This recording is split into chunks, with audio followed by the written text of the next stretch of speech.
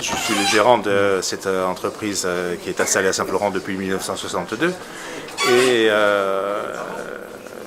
donc si je dis 1962, c'est-à-dire que ça fait aujourd'hui longtemps que l'entreprise existe, longtemps que l'entreprise doit traverser soit des crises, soit des changements de comportement, de mentalité, d'obligations, etc.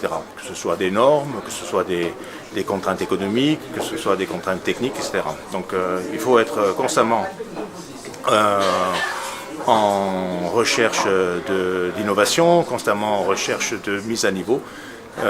Et c'est pour ça que ce rapprochement ou cette intervention d'un organisme qui vient d'abord du continent avec de la technicité, vient nous auditer, vient nous essayer de nous comprendre et aussi de nous faire comprendre si on a des points forts, si on a des points faibles, si on a des améliorations. C'est jamais tranchant, c'est simplement des avis, c'est simplement souvent des ressentis et que un chef d'entreprise doit interpréter au mieux et prendre la décision qui va lui appartenir et ne pas se tromper. L'entreprise de Salges va bien, elle se développe gentiment, au rythme que l'on vise. La future génération arrive et ça ira bien. Qu'est-ce que représente pour une commune comme celle de Saint-Florent ? Qu'est-ce que ça représente ? On va dire c'est 16 emplois à l'année, une activité qui est reconnue, je pense qu'une image qui est bien mise en valeur. Je pense qu'on est content et satisfait de vivre au village, même si on dit que c'est une petite ville, mais pour moi c'est mon village et on est fiers de le faire vivre. Venir rencontrer une entreprise qui a bénéficié d'une action collective qui est menée maintenant depuis 4 ans, qui a concerné 35 entreprises du secteur agroalimentaire et qui vise à les accompagner dans une démarche de réflexion, c'est-à-dire que le chef d'entreprise fait un diagnostic de sa situation, de l'environnement dans lequel il est, des perspectives de développement qu'il peut avoir. Et donc tout ça est fait donc, dans le cadre de cette action collective que finance l'État, en partenariat avec la Chambre des métiers, en partenariat aussi avec les organisations professionnelles donc, du secteur.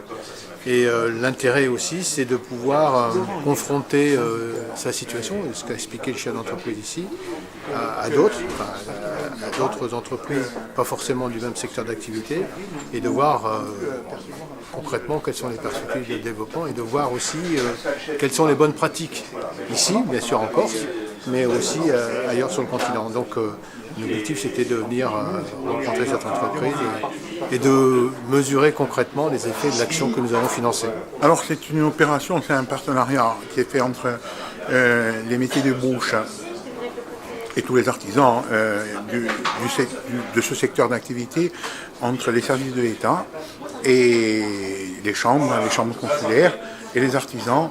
C'est pour montrer le dynamisme qu'il y a de certaines entreprises, pour les accompagner, les aider. Elles rentrent dans un schéma où les services de l'État les accompagnent dans tous les domaines, et on voit que ça porte ses fruits quand on voit cette structure qui s'est développée grâce à ce partenariat. Donc on encourage les entreprises et les entrepreneurs corses d'en faire autant, de se rapprocher de la Chambre, bien sûr, la Chambre avec tous les services que cela comporte. J'ai eu le plaisir d'accompagner 8 entreprises qui ont été bénéficiaires de ce programme cofinancé par la Directe et par la Chambre des métiers. Donc notre rôle, Isara Conseil, c'est avec ce regard, d'apporter un regard externe et d'amener une réflexion vraiment sur un principe de 360, c'est-à-dire qu'en l'espace d'une demi-journée, on a épaulé, écouté, visité les entreprises, et avec notre retour et notre expertise en agroalimentaire, puisque c'est vraiment la spécialisation de notre cabinet. On a pu débriefer et donner aux entreprises des pistes d'amélioration, de travail pour leur permettre de continuer à être encore plus performants. Quelles sont les principales pistes que vous avez évoquées?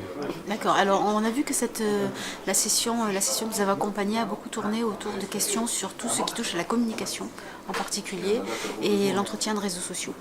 C'est un élément sur lequel on s'aperçoit qu'il y a beaucoup de choses à creuser et que ces éléments ne sont pas forcément dans le cœur de métier des artisans, puisqu'on travaille bien avec cette typologie d'entreprise et qu'il y a une vraie attente, un vrai besoin de qualification et de prise de main pour arriver à maîtriser ce discours-là.